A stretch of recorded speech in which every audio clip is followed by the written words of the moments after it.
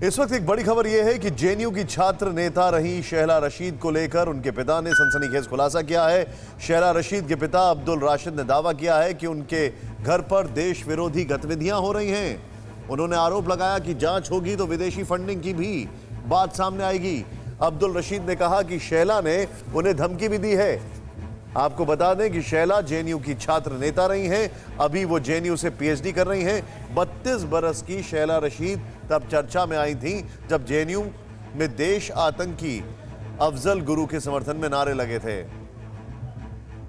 इस वक्त की बड़ी खबर, शहला रशीद के पिता का अगर ये कहना है कि उनके घर में ऐसी गतिविधियां हो रही हैं तो ये अपने आप में बहुत बड़ा सवाल है। आपको क्या लगता है कि ये पैसा हिंदुस्तान से ही आता है कि बाहर? हिंदुस्तान वाले क्यों देंगे इनको? हिंदुस्तान वाले हिंदुस्तान को तोड़ने के लिए ये पैसे देंगे? ये तो सीधी बात है, बाहर से ही आता होगा ना फंड। मैं कुल मिला के ये कह रहा हूँ कि फंडिंग जहाँ से भी, क्योंकि ये एनजीओज भी चलाती है, उन एनजीओज की भी इन्वेस्टिगेशन होनी चाहिए। अपने आप पता लग जाएगा कि पैसा कहाँ, और लीगल डॉक्यूमेंट्स में ये दिखा रहे कि ये बेकार है, अनएम्प्लॉयड है। तो एक अनएम्प्लॉयड कहाँ तक खर्चा कर सकता है, तो उसकी तो जांच होनी चाहिए ना। एजेंसी से उनको कह रहा हूँ कि आप इन्वेस्टिगेट, और मेरा पक्का यकीन है कुछ ना कुछ निकलेगा। सीधे आपको लेके चलते हैं अब्दुल रशीद, जो कि शहला रशीद के पिता हैं, वो हमारे साथ हैं। अब्दुल रशीद साहब, आपसे जानना चाहूंगा, आपने एक बहुत बड़ा आरोप अपनी बेटी पे लगाया है। ये कौन से घर में गतिविधियां चल रही हैं और कब से चल रही हैं? ये बेसिकली हमारा कॉन्फ्लिक्ट 2017 में शुरू हो गया था, कॉन्फ्लिक्ट ऑफ आइडियोलॉजीज। उससे पहले ये नेशनल मेन स्ट्रीम में थी, तो मुझे कोई उसमें एतराज किसी तरह का नहीं था। इसने जो अपना चेंज किया, जो आइडियोलॉजी चेंज की, वो उसने 2017 में की जी, जब इसने कश्मीर पॉलिटिक्स में शिफ्ट किया जी। क्योंकि मुझे भी लगने लगा कि ये काफी नीचे लेवल पे आ गई है जी, क्योंकि इसने जो नाम और शोहरत जो कमाई थी वो नेशनल मेन स्ट्रीम पॉलिटिक्स में कमाई थी जी। तो उससे पहले बहुत बार बात भी हो गई मेरी इसके साथ। इसने कैटेगोरिकली रिफ्यूज किया था कि ये कश्मीर पॉलिटिक्स में पार्टिसिपेट नहीं करेगी जी। तो अचानक जब मैंने 2017 में इसको पाया कि ये कश्मीर पॉलिटिक्स में पूरी तरह कूद गई है जी, तब से लेके मैं इसको एतराज कर रहा हूँ कि आप ये मत करो जी। और इसमें इस सिचुएशन में टर्न तब आया जब मुझे ज़हूर वटाली और रशीद इंजीनियर ने वटाली साहब के घर में बुलाया और मुझे ये सारा प्लान इनका बता दिया।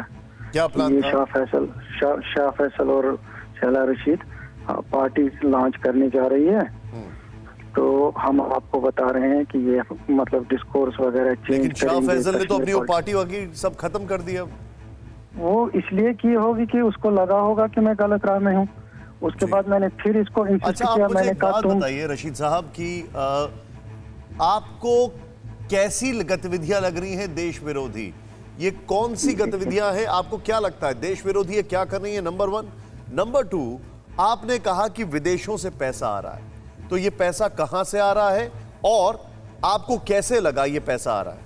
आपको उसके लिए थोड़ी देर वेट करना पड़ेगा, क्योंकि जो मैंने इन्वेस्टिगेशन के लिए जो रिक्वेस्ट डाली है एनआईए और पुलिस जेके पुलिस के सामने, उसमें मैंने कुछ ऐसी बातें बताई है कि ये ओरिजिनेट कहाँ से हो रही है, ये पार्टी कैसे हुई, किस तरह हुई।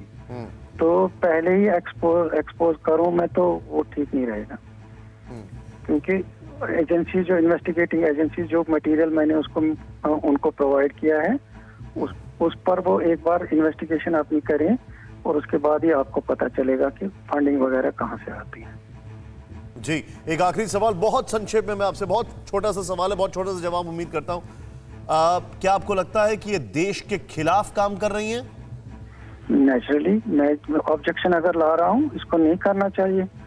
जब तक ये दिल्ली में थी मेरे को तो कोई एतराज नहीं था, चाहे ये बीजेपी के ऊपर बरसे, आरएसएस के ऊपर बरसे, जिस भी पार्टी के ऊपर बरसे, उसमें मुझे कोई दिक्कत नहीं थी जी जी।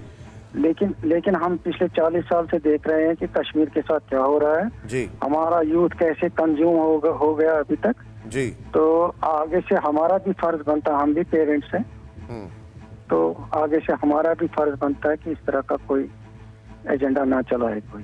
बहुत मेरी शुक्रिया। बेटी। आपकी जो बेटी हैं उनका वैसे क्लैरिफिकेशन भी आ गया है और उन्होंने आपके ऊपर बहुत सारे आरोप लगाए हैं और उन्होंने आपके ऊपर बहुत सारे आरोप लगाए। अब्दुल रशीद साहब, उन्होंने बैक टू बैक करीब 3 या 4 ट्वीट किए शैला रशीद ने। बड़ी खबर आपको बता दें, शैला रशीद का क्लैरिफिकेशन, पिता के आरोपों पर शैला रशीद की सफाई है और उन्होंने, मेरे पिता ने मेरी मां के साथ मारपीट करते थे, शैला रशीद ने यह कहा। और ये देखें, और मारपीट का विरोध करने पर पिता ने आरोप लगाए हैं।